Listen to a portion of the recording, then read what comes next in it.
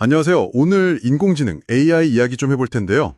야, 이거 발전 속도가 정말 상상을 초월하는 것 같습니다. 네, 그렇죠. 제프리 힌턴 교수 같은 분도 10년 전에는 지금 같은 챗봇은 예상 못했다고 할 정도니까요. 맞아요. 그 GPT-4 훈련 비용이 7, 800만 달러, 제미나이 울트라는 뭐 거의 2억 달러 가까이. 이 숫자들이 어마어마하네요. 네, 그 비용만 봐도 이게 얼마나 큰 흐름인지 알 수 있죠. 그래서 오늘 저희가 좀 다양한 자료들을 가지고 왔습니다. 전문가 인터뷰나 기술 보고서, 또 실제 기사들. 네네. 이걸 통해서 AI가 지금 어디까지 왔고, 또 앞으로 우리한테 어떤 의미가 될지 그 핵심을 좀 파악해 보려고 합니다. 좋습니다. 그럼 지금 AI가 뭘 할 수 있는지 거기서부터 시작해 볼까요? 예전처럼 그냥 뭐 찾아주는 걸 넘어서서 아예 뭔가를 만들어낸다고요? 맞아요. 그게 핵심이죠. 텍스트는 이제 기본이고요. 이미지 생성하는 플레이그라운드 AI나 음악 만드는 사운드로, 심지어 영상까지 인비디오 AI 같은 걸로요. 와, 영상까지요? 네, 그러니까 사용자가 이런 거 만들어줘? 하면 아예 새로운 걸 뚝딱 만들어내는 거죠. 이게 생성형 AI 시대인 겁니다. 이야, 생성형 AI. 특히 이게 전문 분야로 가면 더 놀라운데요. 예를 들어 의료 쪽, 네. IBM 왓슨 암 진단 정확도가 한때 96%였잖아요. 네, 기억납니다.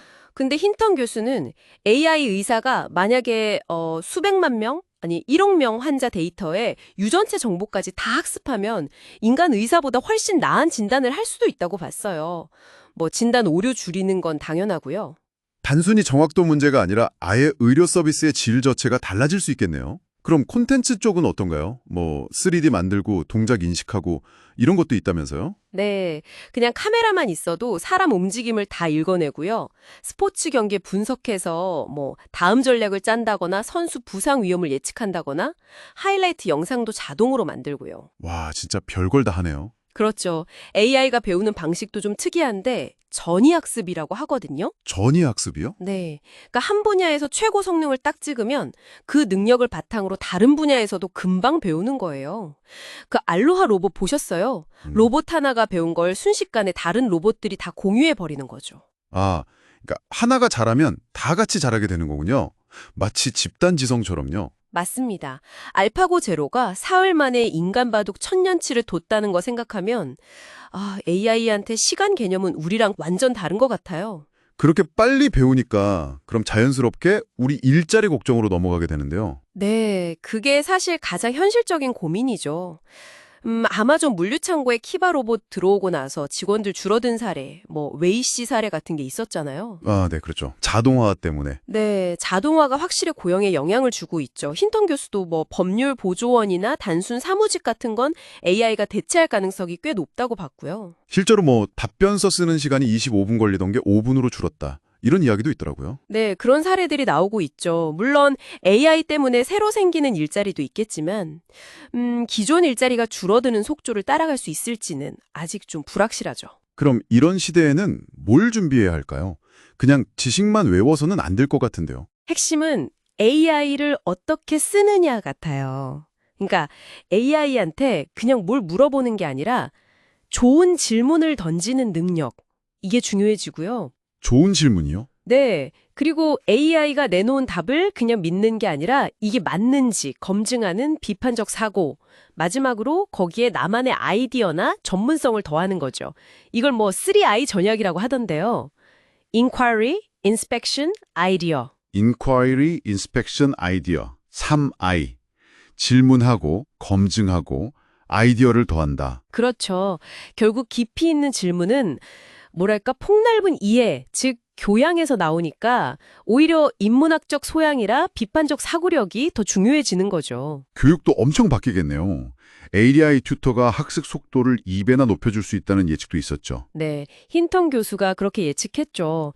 이미 스티브 잡스 스쿨 같은 곳에서는 로봇 교사가 아이들 개개인에 맞춰서 학습을 돕고 좀 더 자유롭게 실패해도 괜찮다는 환경을 만들어주고 있다고 해요. 그럼 인간 선생님은 뭘 하나요? 인간 교사는 단순 지식 전달보다는 좀 더 고차원적인 활동, 예를 들어 토론이나 협업, 창의성 발현 같은 데 집중하게 되겠죠. 기술은 앞으로 더 빨라지겠죠. 뭐 온디바이스 AI 이런 얘기도 들리던데요. 네, 스마트폰처럼 기기 자체에 AI가 들어가는 건데요. 그러면 개인정보 보호에도 좀 더 유리하고 반응 속도도 훨씬 빨라지겠죠. 아, 클라우드를 거치지 않으니까요. 그렇죠. 그리고 아예 AI 핀이나 MRS 헤드셋처럼 전에 없던 새로운 형태의 기기들도 계속 나오고 있고요. IDC 같은 데서는 이 시장이 엄청나게 커질 거라고 보고 있습니다. 와, 정말 변화가 눈앞에 와 있네요. 근데 이렇게 좋은 점만 있을 리는 없을 텐데 좀 걱정되는 부분들, 단기적인 위험 같은 건 없을까요? 왜 없겠어요? 당장 사이버 공격이 엄청 늘어날 수 있어요. 피싱 메일 성공률이 1200%나 증가했다는 보고도 있었거든요. 1200%요? 와. 네, 힌턴 교수는 심지어 생물학 무기 같은 걸 만드는 게 더 쉬워질 수도 있다고 경고했고요. 또 딥페이크 아시죠? 네, 그 가짜 영상 만드는 거요. 그걸로 가짜뉴스 만들거나 사기치면 정말 사회가 혼란스러워질 수 있죠. 그리고 자율살상 무기, ALW라고 부르는 거요. 이것도 심각한 문제예요. 스스로 판단해서 공격하는 무기 말씀이시죠? 네. 근데 이게 군사적 목적으로 쓰인다는 이유로 규제에서 자꾸 예외가 되거든요. 이게 통제가 안 되면 정말 끔찍한 일이 벌어질 수도 있죠. 듣기만 해도 좀 섬뜩하네요. 그럼 좀 더 근본적으로 길게 봤을 때 우려는 없을까요? 예를 들어 AI가 우리보다 훨씬 똑똑해지면 이걸 우리가 통제할 수 있을까 하는 그런 걱정이요. 바로 그겁니다. 그 지능 폭발 문제랑 통제 가능성, 이게 힌턴 교수가 가장 크게 우려하는 지점이에요. 인간 지능을 넘어서는 존재를 우리가 과연 관리할 수 있겠냐는 거죠. 정말 SF 영화 같은 이야기인데 현실이 될 수도 있다는 거네요. 그렇죠. 그거 말고도 당장 저작권 문제도 복잡해요. AI 학습시키는 데 쓴 데이터, 그거 저작권은 어떻게 할 거냐? 또 AI가 만든 창작물끼리 저작권 분쟁이 생기면 어떡하냐? 이런 문제들이 있죠. 아, 그러네요. 학습 데이터 저작권, AI 창작물 저작권, 골치 아프겠네요. 그리고 AI가 가끔 이상한 소리 하는 거 있잖아요. 환각현상이라고 부르는 거. 네, 그럴듯하게 거짓말하는 거요. 류냐, 창의성이냐. 이것도 논쟁거리군요. 마지막으로 자원 문제도 있어요.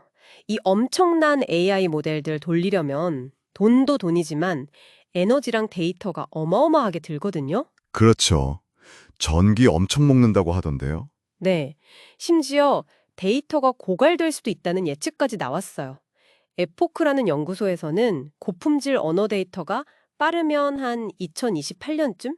그때 바닥날 수도 있다고 보더라고요. 데이터 고갈이라 정말 생각지 못한 문제네요. 네.